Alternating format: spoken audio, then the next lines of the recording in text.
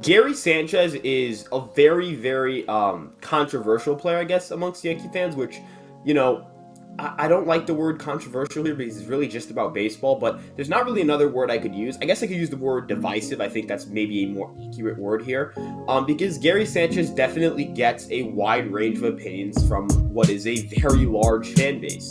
There are people who despise him, who think he's lazy and he's never provided anything good for the Yankees since 2017.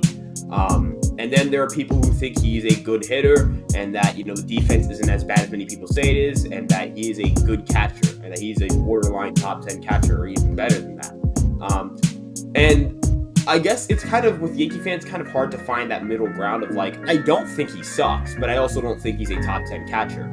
That middle ground is oftentimes very difficult to locate because amongst Yankee fans, you're either one or the other. I tend to lie in the part of the spectrum where I don't think Gary is a top 10 catcher.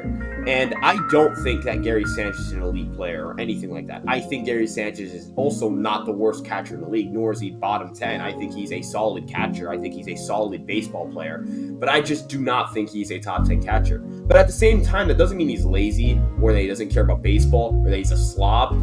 Because he's none of those things. He's a hard worker. He's a starting catcher in Major League Baseball. He has grinded through a lot. He has fought back from a lot of the criticism, getting benched multiple times. He has answered he's answered the call multiple times throughout the season. He has helped save the season multiple times. And he's been there for some of the biggest moments. And I can't take that away from Gary. And at the same time, I can't give Gary the benefit of the doubt because what he did, back in 2019 even, the 116 WRC plus. He's not that same hitter anymore that he was when he first came up. And we're going to talk about that. We're going to talk about the defense. We're going to talk about everything. We're going to talk about whether he should be here next year or not. And with that being said, I'm Ryan Garcia from Fireside Yankees. If you guys like what I do, please like, comment, and subscribe. With that being said, let's get into today's video talking about Gary Sanchez.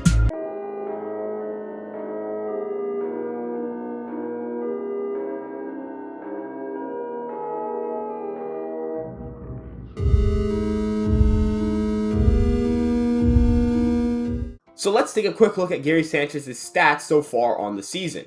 He has a 103 WRC plus, a 339 expected weighted on base average, an 11.8% walk rate, a 13.8% barrel rate, a 106 projected WRC plus, which is steamer projections, a negative 1.3 FRAA, which is fielding runs above average, a negative 1.7 CDA, which is catching defensive adjustment. Both of those metrics I just listed are defensive stats you can find on Baseball Prospectus. I'll probably link it in the description. Not Gary Sanchez's card, just the website. And then a 3.1 B warp per 650.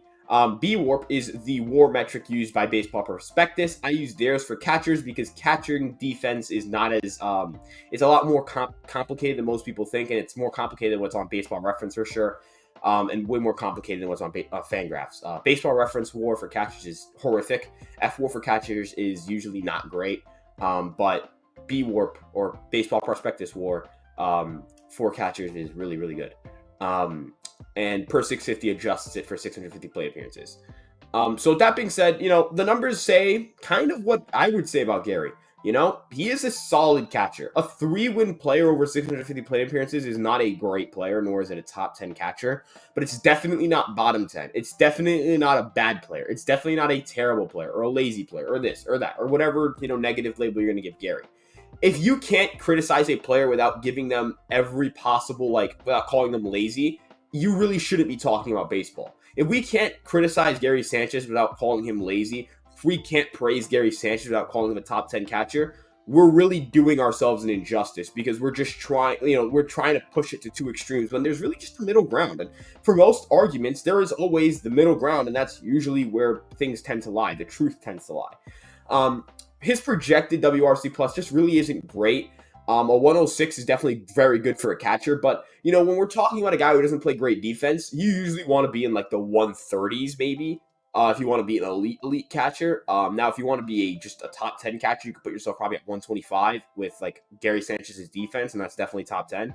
But there's just so many good defensive catchers in Major League Baseball who can hit pretty well. It's just hard to say that a guy who's not even top 10 in WRC plus in the catching position, or not top 5, or not top 8. You have to be top 5, right? You just have to be, and he can't be the worst defender in the world. Now, Gary Sanchez is not the worst defender in the world. at catcher, but he's definitely not very good. He's definitely towards the bottom of that list. And so it's going to be very interesting to see what the Yankees do with Gary Sanchez. This year he's making $6 million, I believe. $6 million, yeah. That's what his ARB money was at. I expect next year for it to go up to around, $8 million. And for that, I'd say I wouldn't pay him $8 million. And we're going to talk about Higashioka. And Higashioka is kind of the big reason as to why I'm not giving Gary $8 million, because Cal Higashioka is a better baseball player than Gary Sanchez. Let's talk about it. So when you compare Cal Higashioka and Gary Sanchez, I'm using their 2019-2021 sample size, despite the fact that 2019 is extremely unfair to Cal Higashioka because he was a completely different offensive player. And while in 2020 he also was a different offensive player than he is today, because yes, he hit better, but in 2020 I think he's a better hitter in 2021 in terms of his tools because he walks more and he barrels the ball more. But even despite the fact that 2019 is extremely unfair offensively for Cal Higashioka, he is still a far superior catcher. Let's look at BWARP per 650 since 2019, where Gary Sanchez had 2.7 and Higashioka 4.1. Now, obviously, sample sizes, if Higashioka were to start more games, his BWARP would go down. He would have a lower BWARP. He's obviously not going to be a 4-win catcher. But projections, which we'll get into in a minute, would suggest he's still going to outplay Gary Sanchez over the same sample size. The WRC plus gap of 102 to 75 is massive. However, despite that, the defensive gap is just as big, if not bigger. Cal Higashioka in a smaller sample size, and CDA and FRA are volume metrics, meaning the more you play, the higher they will be. Cal Higashioka has an 11 CDA, while Sanchez a negative 8.2 since 2019, meaning that in far fewer innings, Higashioka nearly has 20 points higher, nearly, in CDA than Sanchez. Now in FRA, fielding runs above average, another volume-based metric, Higashioka grades 20.9 points higher than Gary Sanchez. He is that much better defensively, and projected stats like Seamer, they project Higashioka to have a 3 F-WAR over 600 plate appearances, while Sanchez only having a 1.9 F-WAR. Is F-WAR the perfect WAR metric? No. But when the gap is 1.1, and you're using a decent, kind of like the middle ground between the best version of WAR for catchers, which is BWAR, and the worst, which is Baseball Reference's WAR for catchers, if there's a 1.1 WAR gap, that's big enough for me to say, yep, Higashioka is a better player. Now, people say Higashioka this season has a 72 WRC plus. He also has a 328 xWOBA. So his xWOBA is about 11 points lower than Gary Sanchez is, which means he's around the same caliber of hitter, while being a far superior defender. Another thing that Higashioka does well that people don't really look at is he has a nearly 9% walk rate with a 14.2% barrel rate and hitting 50.8% fly balls and 21.7% line drives. He just doesn't really hit the ball on the ground much at all. I think next year he'll be a far superior hitter than he is this year. And if you look at his stats against breaking balls, they've gotten better as the season's progressed. I put my glasses on. I used to pushing them in, and they're not there. But anyways, Higashioka is just a better baseball player statistically than Gary Sanchez. And so down the stretch, it would be beneficial for the Yankees to start Higashioka more.